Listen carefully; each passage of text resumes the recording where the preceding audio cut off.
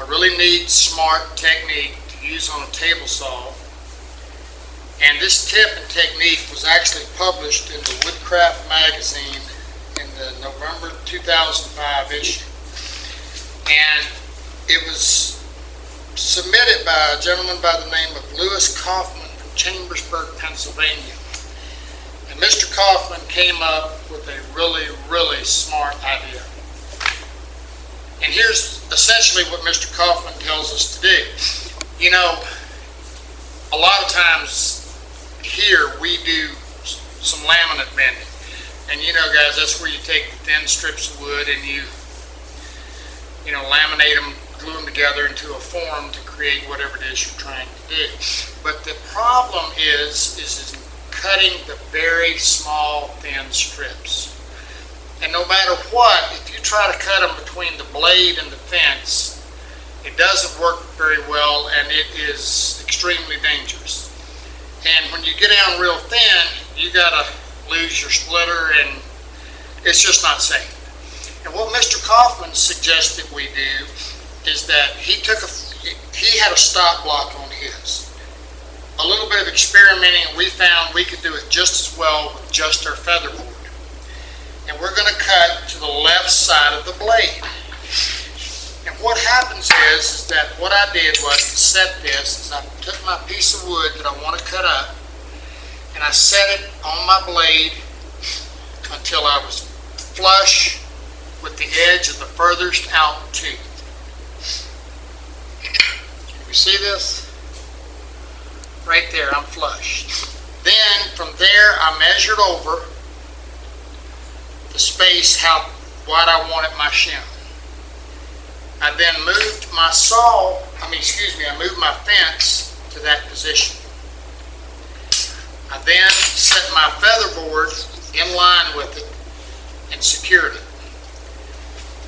Now here's a very important key.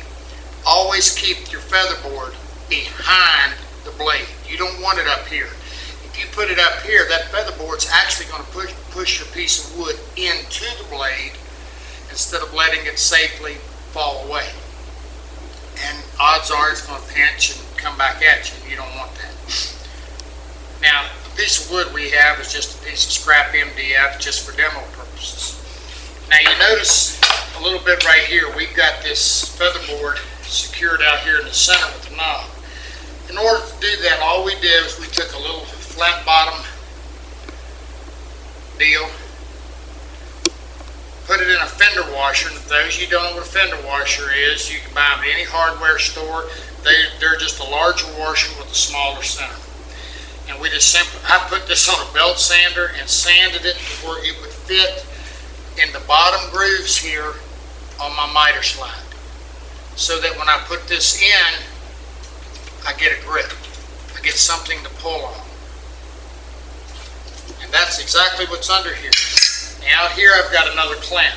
I'm good and secure. Another good way of doing this is to use the lock magnets. They do real well. And we're going to see them right now. Now you know it's hard to do things like this sometimes without a guard, but I got to tell you, you can't emphasize. This is a little jig we make. You can look at it. It's very simple to make. It's nothing more than an offset box. We've got two of the twist magnets in it, and we just set it over top of here just for kicks and giggles, so that we're protected. The other thing you want is you want a good push stick just to be safe. And here's simply the way it works. I have my fence set to where my piece of wood is touching my featherboard. And I cut it.